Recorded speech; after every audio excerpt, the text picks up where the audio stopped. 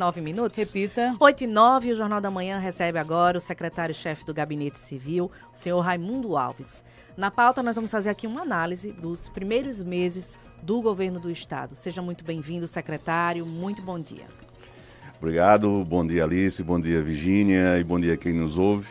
E estou aqui à disposição de vocês. Secretário, é uma alegria em recebê-lo. A gente agradece aqui a deferência de estar aqui batendo esse papo sobre o RN, né? O senhor que comanda uma das pastas principais do governo Fátima, porque é aquela pasta que não é fim, mas é meio, está envolvida em toda a movimentação administrativa e política do governo. Muito obrigada por sua vinda aqui ao Jornal da Manhã. E eu já começo perguntando, qual a avaliação, secretário, que o senhor faz desses primeiros 8 meses do segundo governo Fátima Bezerra?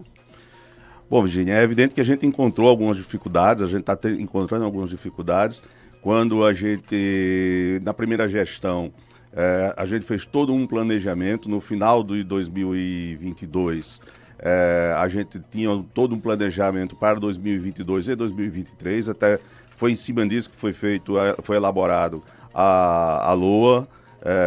Quando veio na votação do orçamento, nós tivemos que fazer uma revisão, porque a gente teve aquela famosa lei que reduziu a arrecadação dos estados e municípios, que veio em setembro de 2022, já em plena campanha eleitoral. Então isso até agora ainda nos traz algumas dificuldades, aliás, bastante dificuldades, e principalmente na arrecadação. E na arrecadação que eu me refiro é a questão do Fundo de Participação dos Estados e Municípios. Então foi isso que deu errado no planejamento? No planejamento, não. Deu errado na previsão que a gente tinha. Então, nós tínhamos toda uma previsão feita em cima do que vinha acontecendo dentro da legislação em vigor. E isso, evidentemente, bagunçou o coreto mesmo, como a gente fala, e atrapalhou bastante, principalmente com a questão orçamentária para 2023. E essas recomposições que estão sendo feitas e que já ingressaram na receita, no comparativo na Receita do Estado, e também, secretário, o modal dos 20% de 18 para 20 não foram suficientes para arrumar esse planejamento, para executar esse planejamento? Não, o modal de 18 para 20 ela só foi aplicada a partir de abril, né? Que a lei, a gente só foi possível votar essa lei já em dezembro, não estava na nossa previsão isso, nós tivemos que fazer. Então, os 3 primeiros meses do ano foram meses de bastante dificuldade. A partir de abril, a gente teve alguma recuperação na arrecadação do ICMS, não teve nenhuma recuperação no FPM nem no FPE, isso eu estou falando de estados e municípios, e a crise continua, né? Nesses meses que se seguiram, viram uma redução bastante significativa nesses fundos de participação.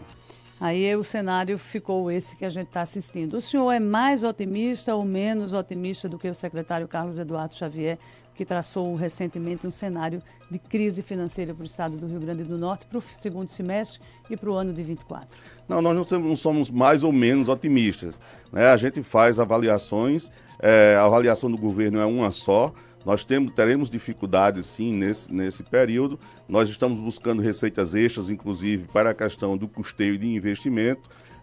Só ressaltando aqui que isso tem sido bastante ventilado, de riscos de folha de pagamento. Esse risco não existe, está dentro do nosso planejamento, mas nós precisamos também investimento nas ações diretas do Estado, principalmente na questão de infraestrutura. Pegando o gancho sobre essa passagem do secretário da Fazenda, Carlos Eduardo Xavier, na Assembleia, os deputados chegaram a dizer que falta governabilidade por toda essa situação que o governo vive. Qual a avaliação que o senhor fala sobre essa situação e sobre essa fala dos deputados? Os deputados que se referem, evidentemente, à oposição. A oposição tem o direito de dizer isso, né? Dever, quem é de oposição tem o direito de dizer isso. Isso não é verdade, não falta governabilidade, pelo contrário. Nós estamos tendo uma governabilidade dentro das condições atuais, temos total governabilidade sobre isso, tanto que sabemos exatamente o diagnóstico. Quando a gente tem o diagnóstico, a gente tem condições de, evidentemente, aplicar o remédio. Agora, esse diagnóstico que o governo tem, ciência, né, que é a falta de recursos, né? Hoje o cobertor está mais curto para cobrir toda a despesa que se tem. Esse cobertor, ele não teve um ajuste muito grande quando o governo federal fez as compensações prometidas, o governo federal atualmente, e as compensações prometidas aos estados, e o estado reajustou o modal, e mesmo assim esse cobertor não cresceu, secretário. É isso que a gente não consegue visualizar, porque a compensação foi feita, o estado reajustou o modal, fomos o segundo estado do país que mais arrecadou o ICMS, e aí a conta não consegue fechar de uma forma, pelo menos, mais confortável para o governo nesse momento. Primeiro, nós somos o segundo estado que mais arrecadou em percentual, evidentemente, né? Porque nós somos um estado pequeno, a nossa arrecadação... Proporcionalmente, evidentemente. Isso prova a organização do estado, prova a competência do estado, porque a gente arrecadou mais sem aumentar impostos. Foi apenas a competência, a eficiência do estado. O aumento veio em abril, né? A partir de abril, o ICMS aumentou. Sim, está certo. Mas assim, outros estados também fizeram, né? Então não foi em cima somente do modal.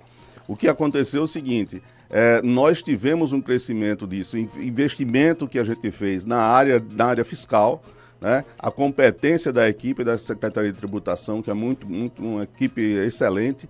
Então a gente conseguiu arrecadar mais em cima disso, não foi em cima apenas do modal. Segundo o governo, secretário, é mais difícil que o primeiro. Qual a sua avaliação aí, se a gente pudesse fazer um comparativo dos primeiros 4 anos de Fátima Bezerra, quando ela recebeu um estado realmente com um comprometimento aí de folhas atrasadas, e um segundo governo que se esperava a gente viver um período de vacas mais gordas, e a gente está vendo um cenário traçado pelo próprio secretário da Fazenda de dificuldades. O que é um segundo governo, na sua opinião? Todo segundo governo ele é mais difícil, porque ele tem sempre um comparativo com o primeiro, né? O primeiro comparativo, normalmente a sociedade ela é mais tolerante com os serviços públicos. Nós tivemos, no primeiro governo, nós pegamos um governo, o estado totalmente falido, nós tivemos que reconstruir, a população reconheceu isso e trabalhou isso e muito bem, tanto que reelegeu a governadora. Reconheceu a competência da equipe, a competência do governo. O que acontece é o seguinte, no segundo governo se espera um pouco mais e a nossa expectativa também era maior. Acontece o seguinte, a parceria que a gente aposta bastante, que é com o governo federal, e é essa a nossa expectativa, o governo federal também está num processo de reconstrução do país. O país estava totalmente destroçado. Então, o governo federal também está nessa reconstrução, tanto que a compensação, mesmo essa compensação que se fala, ela veio muito abaixo do que foi realmente o prejuízo. Nós tivemos uma queda na expectativa de arrecadação do ano passado, em torno de 460 ou meio bilhão de reais, e a compensação veio 200 e pouco. Então não foi a expectativa, a compensação não foi total. E está sendo correspondido essa expectativa do governo do estado perante o governo federal, ou há um gostinho ainda de vamos esperar? Não, tem uma expectativa bastante positiva. Agora, evidentemente, a gente também compreende a situação do governo federal, que também está nesse processo de reconstrução que eu te falei. O processo que nós passamos nos últimos 4 anos, o governo federal está passando agora, nesses 4 anos, né, nesse início de governo pelo menos, a mesma expectativa que a gente teve aqui no Rio Grande do Norte, só que em dimensões muito maiores, evidentemente. Secretário, um dos calos do governo hoje são a situação das estradas. Recentemente, a governadora falou em herança deixada por outros governos. Depois de 4 anos de governo, o senhor acha que ainda cabe a governadora falar que foi uma herança deixada? O que foi que aconteceu que o governo ainda não conseguiu dar, assim, um geral nas estradas do Rio Grande do Norte? Recursos, evidentemente. Recursos para investimento no estado, a gente ainda não conseguiu construir a capacidade de investimento. Nós temos a expectativa agora no programa de recuperação do equilíbrio fiscal do governo federal, que nós deveremos conseguir aí empréstimos em torno de 1 bilhão e 200. Então isso sim vai capacitar o Estado. Qual a expectativa desse dinheiro ser destinado para o recapeamento? Para investimentos, de uma forma geral. Sim. Né? Todos os investimentos de uma forma geral. Uhum. Então, a grande parte disso sim será destinado, a governadora já decidiu isso, será destinado à recuperação de estradas e nós estamos nos últimos retoques aí com a Procuradoria-Geral da Fazenda Nacional, que deverá resolver isso para a gente nos próximos dias. Está dependendo de que a liberação desse empréstimo? E eu pergunto para o senhor, o comprometimento da Folha perante a Receita do Estado pode atrapalhar a vinda desse dinheiro? Não, no momento não. Os pontos que foram colocados, que foram criados na lei, como pontos para condicionar essa primeira parcela nesse momento, todos os pontos nós já cumprimos já desde o ano passado. Chega esse semestre, esse dinheiro, secretário? É possível. É possível. E aí ele vai porque aí todo depende também de liberação de bancos ainda também. Nós vamos fazer um processo de negociação com os bancos ainda. Diante de tantas dificuldades, há uma estratégia do governo, além do refis, que já foi anunciado pelo secretário, de venda de algum tipo de ativo para melhorar as finanças públicas? Olha, os ativos do Estado não são tantos assim, né? A exceção da CAERN, que não tem nenhuma possibilidade de privatização no nosso governo, o governo da professora Fátima. Nós não temos tantos ativos assim para vender. Nós temos digamos, uma rede de imóveis, de terrenos aí pelo interior do estado, mas são ativos que não fariam a diferença. Não fariam grande diferença, não. E a CAERN está descartada? Está descartada. Totalmente, mesmo com essa crise. Totalmente descartada de privatização. A água é um direito básico da sociedade, é um direito básico da população, não será privatizada no governo da professora Fátima.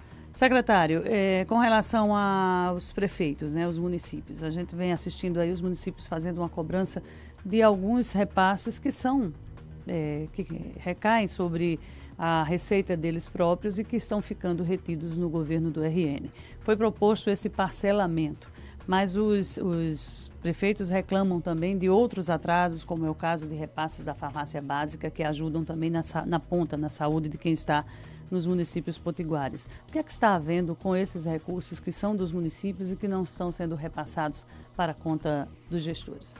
Na verdade, Virginia, alguns desses direitos dos municípios há muitos anos não vinham sendo pagos. Nós retomamos em algum momento os pagamentos, reconhecemos que tem atrasos em alguns pontos como esse da farmácia básica. Esse ano nós já pagamos 3 parcelas, estamos negociando o pagamento das demais parcelas. A governadora vai receber a FEMURNE e a direção da FEMURNE no próximo dia 17, já tá marcado, e nós vamos fazer uma negociação desses pontos.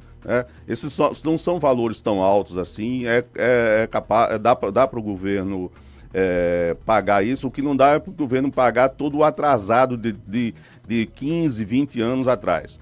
Então esse parcelamento nós vamos ter que fazer, porque nós temos condições de pagar as parcelas atuais, de ficar pagando as parcelas atuais, e isso deverá ser objeto de negociação com os municípios. Agora, o atrasado é que não dá para a gente estar pagando tudo, porque são parcelas de muitos anos. O que é que aconteceu que a governadora não recebeu os prefeitos naquela data e o que é que mudou 15 dias após para ela receber no próximo dia 17? Não havia sido solicitada nenhuma audiência com a governadora, nem mesmo com o secretariado. Naquele momento, naquele dia, que eu não lembro bem agora 26. qual foi o nome, ou qual foi a data. 25. Acho que foi 25. Não havia nenhuma solicitação de agenda com a governadora, não estava previsto. Aquele dia, a governadora, inclusive, estava recebendo aqui a presidente do STF. Então, assim, não tinha nenhuma previsão para isso. A FEMURNE, nem nenhum prefeito solicitou nenhuma audiência com a governadora, nem com nenhum secretário. A secretária Virginia recebeu uma comissão lá em nome do governo, mas não tinha nenhuma solicitação de audiência. Secretário, o governo federal lança hoje o PAC. A governadora Fátima Bezerra, a convite do próprio presidente, foi até o Rio de Janeiro para acompanhar o lançamento, né? A expectativa é de uma obra em cada estado. O que a gente pode esperar desse PAC aqui no Rio Grande do Norte? Olha, bom, eu não sei se eu posso estar aqui anunciando alguma coisa, lá, mas a principal... Não, eu não tenho autorização, não sei se eu tenho autorização. Mas já está pertinho, a gente já quer que você anuncie. Bom, mas eu estive com a governadora, acompanhando a governadora numa reunião no Gabinete Civil na semana passada, e o que a gente ficou acertado, que entre as principais obras, e a governadora está lutando para que não seja só uma, pelo menos, mas a principal obra será, evidentemente, o início da duplicação da BR-304. Então vai ser anunciada hoje, a 304. Eu espero. Secretário, e com relação ainda, voltando à questão da crise financeira do Estado, o que é que o governo vai fazer para diminuir o tamanho dessas despesas e fazer esse ajuste para que a receita caiba dentro da despesa e que o Estado volte a diminuir, principalmente o comprometimento da folha do pessoal. Quais serão os remédios que vão ser aplicados?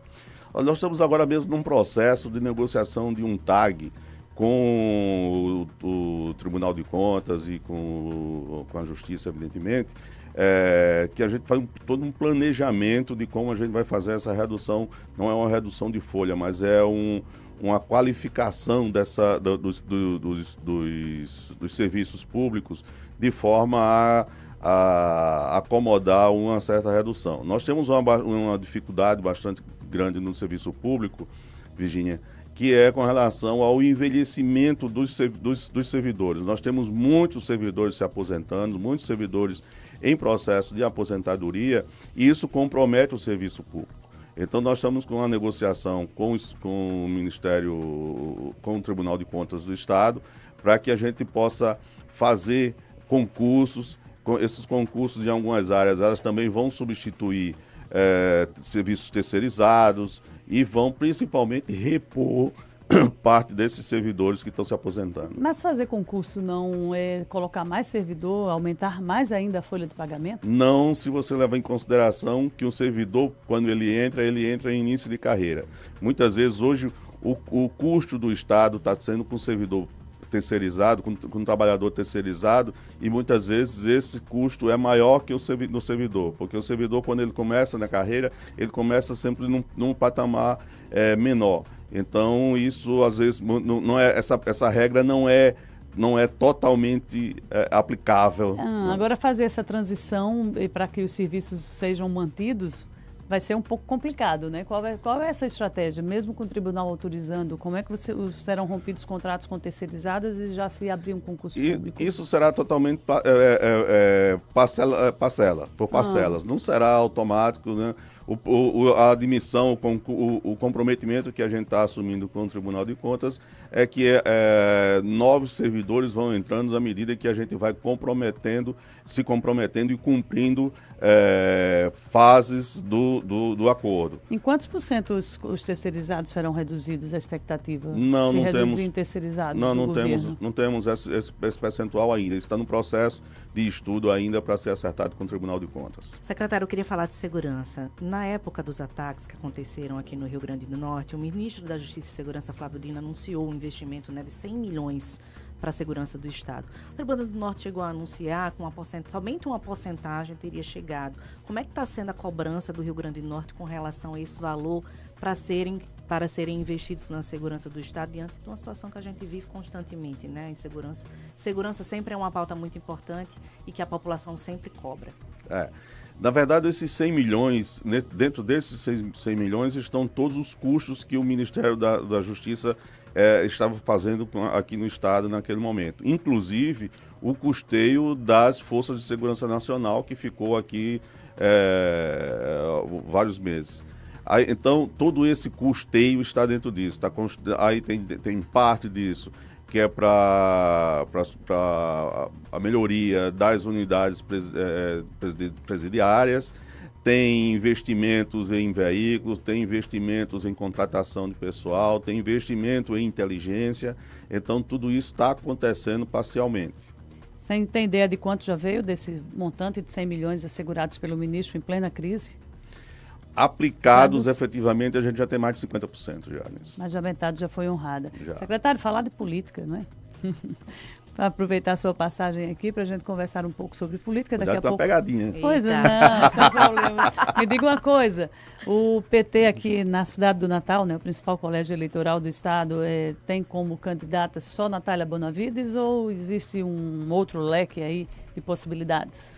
Não, a Natália Bonavides, ela conseguiu unir o partido inteiro, todas as correntes que o partido funciona com correntes, né? O PT é um partido que funciona com correntes, todas as correntes, todas as lideranças do partido estão unidas com a candidatura de Natália Bonavides. Não há possibilidade de conversas com outros partidos, com outras possibilidades de candidaturas, até mesmo dentro do PT, né? Fernando Mineiro, que há alguns anos também já disputou, agora ele é deputado federal. No grupo do governo, também pela federação, Eudiane Macedo, o senhor descarta todos esses nomes? O PT, dentro do PT não existe nenhuma outra discussão. Com outros partidos, evidentemente, vai se discutir alianças, mas o nome do PT é o nome da deputada Natália Bonavides. Existe alguma relação hoje do grupo da governadora Fátima Bezerra com o ex-prefeito Carlos Eduardo, que foi o candidato dela ao Senado nas eleições que acabaram de ser encerradas? Não, nós respeitamos o direito que o ex-prefeito Carlos Eduardo tem de concorrer.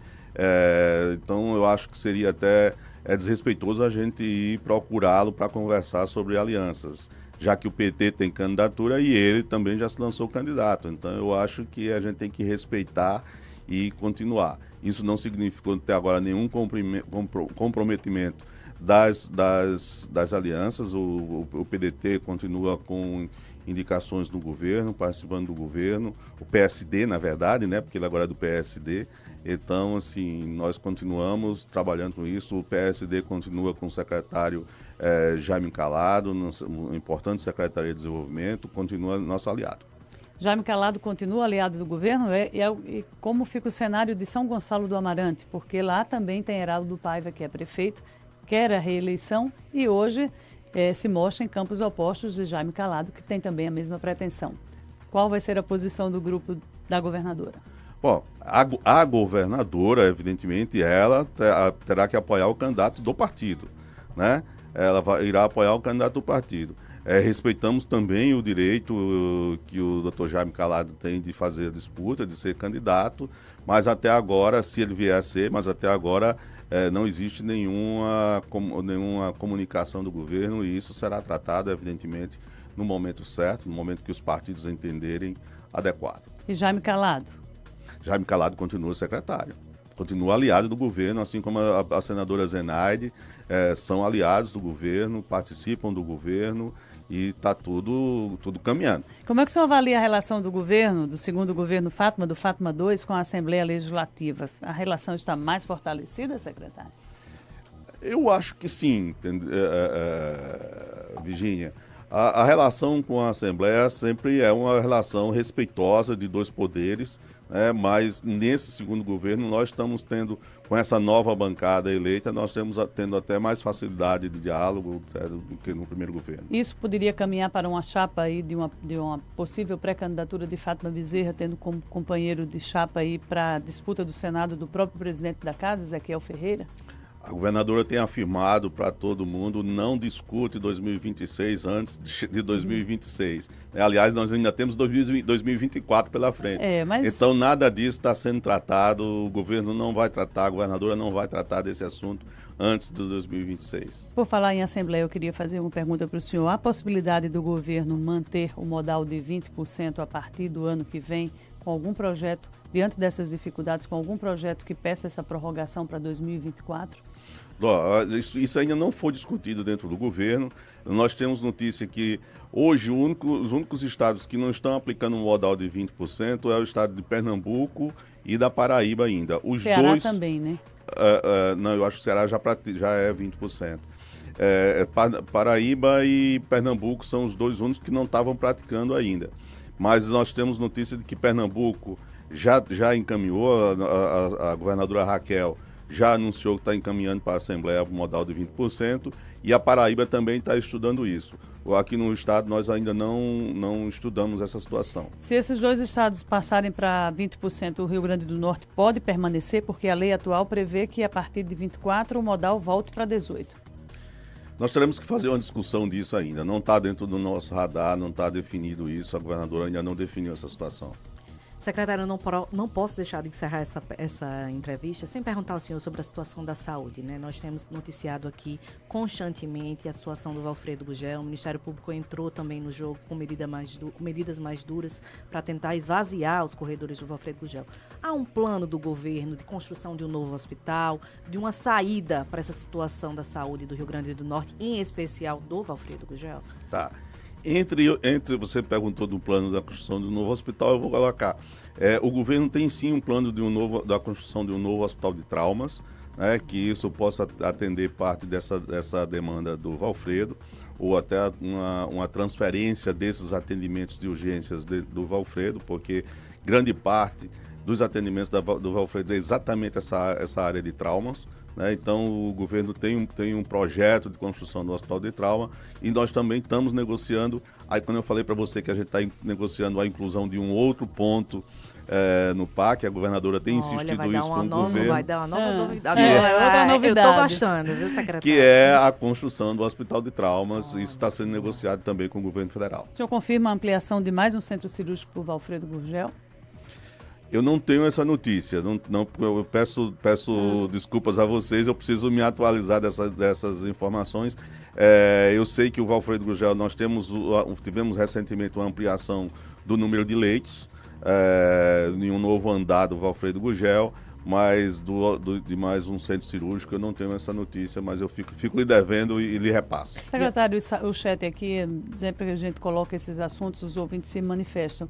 A promessa daquele R$1 bilhão, a frustração aconteceu, o senhor tentou explicar as perdas de receita, mas houve as compensações, mas o R$1 bilhão para a recuperação de estradas, ele foi frustrado em que momento? Eu acabei de falar aqui que nós vamos ter no programa de equilíbrio fiscal, nós vamos ter acesso a 1 bilhão e 200 pelo menos.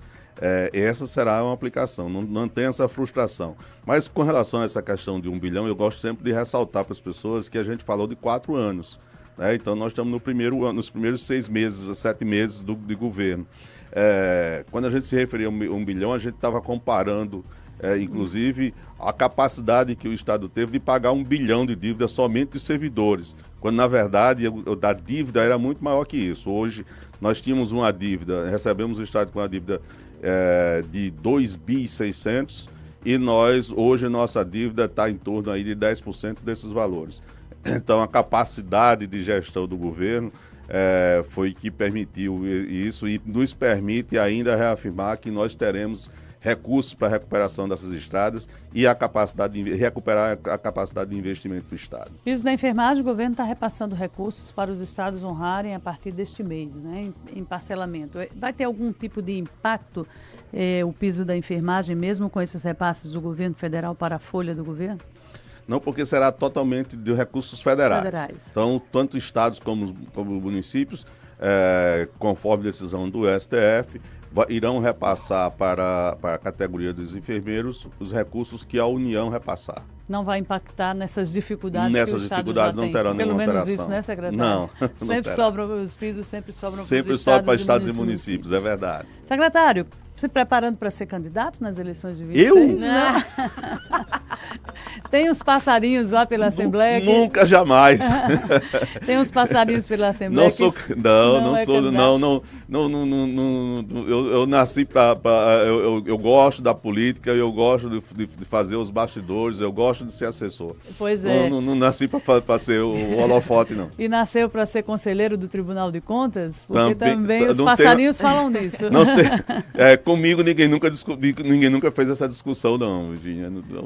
Ok, secretário. Secretário, para a gente encerrar, nós fizemos aí um passeio por todas as pastas, faltou o turismo. A gente também tem falado muito da questão do turismo, né, que é, sim, a mola propulsora da economia do Rio Grande do Norte. Recentemente, Zurich, a nova arrematadora aí do aeroporto de São Gonçalo do Amarante, há um plano especial para o turismo do Rio Grande do Norte?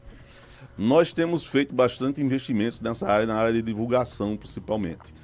A divulgação externa. Então, assim, muitas vezes as pessoas acham que não está sendo feito nada, porque quando a gente faz divulgação de turismo, a gente investe no turismo externo. Nós fizemos também, principalmente no pós-pandemia, nós fizemos uma campanha de recuperação do turismo interno, para que as pessoas pudessem circular dentro do nosso estado. Eu acho que isso deu bastante nos últimos anos, a gente tem conseguido recuperar, principalmente a área serrana, né? Tem acontecido bastante, tem crescido bastante o turismo nessas áreas de serras, de Martins, de Serra de São Bento, de Montes Gameleiras, então tem crescido bastante. E o nosso trabalho, que compete ao Estado, é fazer isso. O investimento são os investimentos privados, evidentemente, na área, mas o investimento do Estado é na área de divulgação, é na área de atrativos para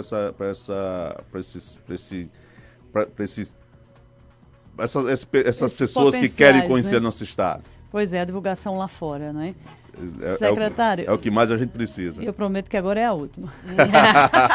Bora lá falar um pouquinho sobre essa movimentação política que aconteceu, não no campo do que o senhor atua na área do grupo do Partido dos Trabalhadores, mas no campo do adversário, porque fazer política é olhar também para o outro lado, né? E a gente viu uma movimentação nessa última semana de afastamento entre Álvaro Dias e o senador Rogério Marinho. E no leque de especulações chegou-se a se falar numa possibilidade de uma migração, de uma junção para 24 já do grupo do governo do estado, possivelmente com uma aliança com alguém de indicação de Álvaro Dias. O senhor enxerga esse cenário para 24 ou não? Olha, Virgínia, até hoje nós nunca, que eu tenho conhecimento, nós nunca fomos procurados. Aí eu estou falando enquanto militante do Partido dos Trabalhadores. Que eu tenho conhecimento, até hoje o PT nunca foi procurado e nunca tratou desse assunto. Não tenho conhecimento. E como é que o senhor avalia essa movimentação que acabou culminando aí no rompimento entre Álvaro e Rogério Marinho? A falar da casalinha não é muito educado. Né? Mas, assim, pra gente não surpreende. Pra mim, pessoalmente, não surpreende. Né? Nós já temos vivência política bastante e já assistimos esse cenário outras vezes. Eu acho que não surpreende. Né? Ontem eu estava vendo que saiu na imprensa a declaração do ex-ministro, dizendo de um ex-ministro que sucedeu o agora senador Rogério Marinho no Ministério do Desenvolvimento Regional. Daniel Ferreira, nisso. Ele falando que o Estado, que a União nunca ajudou tanto o município de Natal. É verdade, isso só corrobora o que a gente dizia lá atrás e continua afirmando, que o único que não recebeu nenhum recurso a título de transferência da União no governo Bolsonaro foi exatamente o governo do Estado. Esse não recebeu nunca nenhum recurso voluntário da União. Agora, estados e municípios foram bastante beneficiados, os municípios foram bastante beneficiados. O Estado não recebeu jamais nenhum aumento, nenhum recurso voluntário do governo federal. E nesses 8 meses o senhor disse que o clima também é de expectativa para que essa realidade comece a mudar no atual governo, né? Não houve esse tipo de ajuda ainda. Não, ainda não. Nós entendemos a situação do governo federal, que também está num processo de reconstrução do país, mas nós efetivamente não recebemos grandes recursos. Temos recebido os recursos do governo, do Ministério da Justiça, que a gente já falou aqui, temos recebido alguns repasses do Fundo Nacional de Segurança. Temos recebido alguns recursos, mas também são transferências voluntárias, que a gente não recebia antes. Nós recebemos também algumas coisas na área da educação, poucos recursos. Nós estamos para receber também alguns investimentos na área da saúde. Então, assim, nós estamos na expectativa de estar sendo tratado isso com o governo federal. Muito bem, secretário. Jornal da Manhã recebeu o secretário-chefe de Gabinete Civil, Raimundo Alves. Muito obrigada pela presença, pelos esclarecimentos. A gente deseja sorte aí na gestão da governadora Fátima Bezerra e que o Rio Grande do Norte possa finalmente alavancar e avançar em todos os quesitos que a gente comentou aqui. Obrigado a vocês, obrigado, Virgínia, obrigado, Alice. Eu estou à disposição, sempre que for chamado, estou aqui à disposição. Obrigada, secretário. Boa sexta aí. Obrigado. 8h43. Repita.